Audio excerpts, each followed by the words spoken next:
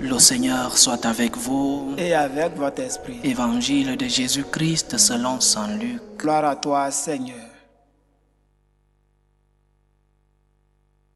En ce temps-là, entré dans le temple, Jésus se mit à expulser les vendeurs. Il leur déclarait: il est écrit, ma maison sera une maison de prière. Or, vous en avez fait une caverne de bandits. Et il était chaque jour dans le temple pour enseigner. Les grands prêtres et les scribes, ainsi que les notables, cherchaient à le faire mourir, mais ils ne trouvaient pas ce qu'ils pourraient faire. En effet, le peuple tout entier, suspendu à ses lèvres, l'écoutait. Acclamons la parole de Dieu. Louange à toi, Seigneur Jésus. Ma maison sera une maison de prière, dit le Seigneur, en citant l'Ancien Testament, la Torah. Ma maison sera une maison de prière. Notre Seigneur utilise l'Écriture pour enseigner. Il utilise l'Écriture pour enseigner.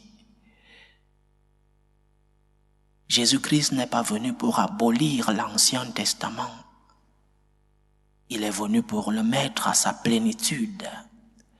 Il est venu pour éclairer ce que l'Ancien Testament disait déjà. Et une des paroles de l'Ancien Testament, c'est justement celle-ci. Ma maison sera une maison de prière. Mais l'Évangile dit aussi que le Seigneur enseignait dans le temple.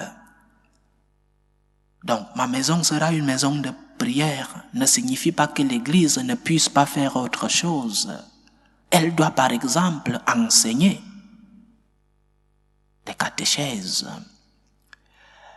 Elle doit, par exemple, développer la dimension caritative. Elle l'a toujours fait. Depuis la création du diaconat, établi pour collaborer avec les apôtres dans l'aide aux pauvres, l'aide aux veuves, la charité. Mais en premier lieu, ma maison sera une maison de prière. Les autres choses font partie de la mission de l'Église. Mais le principal, en premier lieu, ce qui doit venir avant toute chose, c'est la prière. Ma maison sera une maison de prière.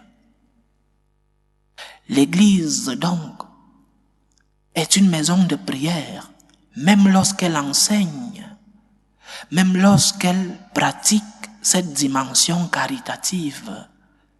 L'Église est en permanente prière. Mais l'Église doit aussi enseigner au peuple à prier. Et les maisons de prière, lorsqu'elle met Dieu à la première place, pas l'unique place, il y a de la place pour la charité, les œuvres de charité que le Seigneur nous a enseignées, les œuvres de miséricorde. Elle a aussi une place pour l'enseignement, pour l'éducation.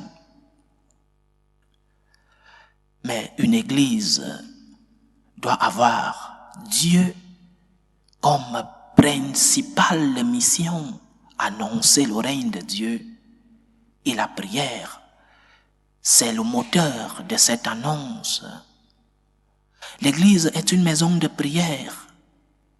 Lorsqu'elle met Dieu à la première place de sa mission, c'est ce Dieu qui doit nous enseigner comment transmettre sa parole. C'est aussi ce Dieu qui doit nous enseigner comment être charitable.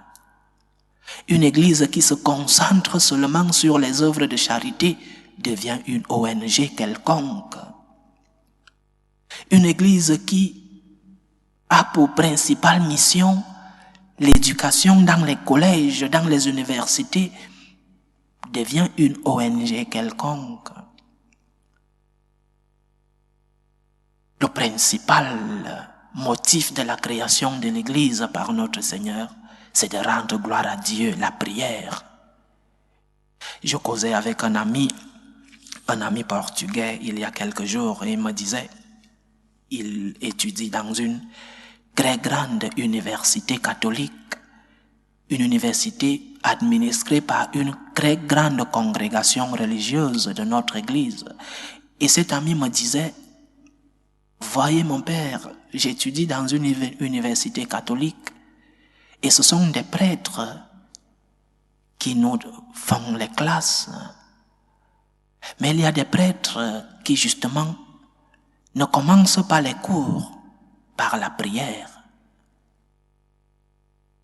Comme prêtre, j'ai honte quand je reçois un testament comme celui-là, j'ai honte. Si nous voulons enseigner et ne pas mettre la prière en première place, il y a une erreur. Nous pouvons éduquer, nous pouvons enseigner, nous pouvons faire des actes, des œuvres de charité que le Seigneur nous a envoyé faire. Mais si tout cela n'est pas basé sur notre relation avec Dieu, cela ne vaut rien. Si notre enseignement n'est pas basé sur la prière personnelle, ma vie de prière, mais aussi transmission de ma vie de prière, alors les enseignements, les œuvres de charité que nous faisons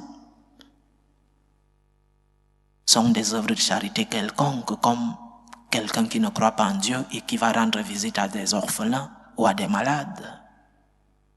Dieu a la première place. Et Dieu a la première place dans la prière. La prière est le moteur de notre relation avec Dieu. Et notre Église est riche en prière.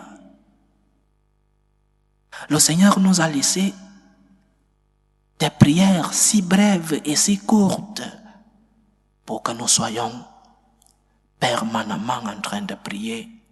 Notre Église est riche en ce que nous appelons l'éjaculatoire, ces brèves prières qui nous amènent à communiquer avec Dieu partout où nous sommes. Parce que parfois le chrétien croit qu'il faut 30 minutes, 1 heure étant à genoux pour comprendre qu'il a prié, mais non. Notre Église est riche en prières courtes, l'éjaculatoire, pour que nous puissions être permanemment en communication avec notre Seigneur. Et pas seulement l'Église dans sa généralité, mais aussi l'Église que nous sommes, l'Église chez nous, ce que Saint Paul appelait l'Église domestique. Est-ce que nous prions chez nous? Est-ce que nous enseignons aux nôtres à prier? Est-ce que nous transmettons la prière? Je reviens sur ce que j'ai dit il y a quelques jours. Il est très facile de pointer du doigt les prêtres. Est-ce que tu pries chez toi? Est-ce que tu fais prier tes enfants? Il y a une église qui est en moi, parce que le Christ vit en moi. Il y a une église qui est domestique, une église familiale. Il y a une église en général. Ce qui se passe à l'église en général, c'est ce qui se passe déjà dans l'église particulière. Quel est l'exemple de prière que tu montres? Notre église est riche en prière très courte, l'éjaculatoire. Tu peux être en train de faire ta cuisine comme femme au foyer et prier en même temps. Tu peux être en route dans ta voiture en train d'aller au travail et prier. Dans la Bible, nous avons des phrases si courtes. Actes chapitre 22, verset 10. Seigneur, que veux-tu que je fasse? Tu peux te le répéter même lorsque tu es, je sais pas, en train de jouer au football.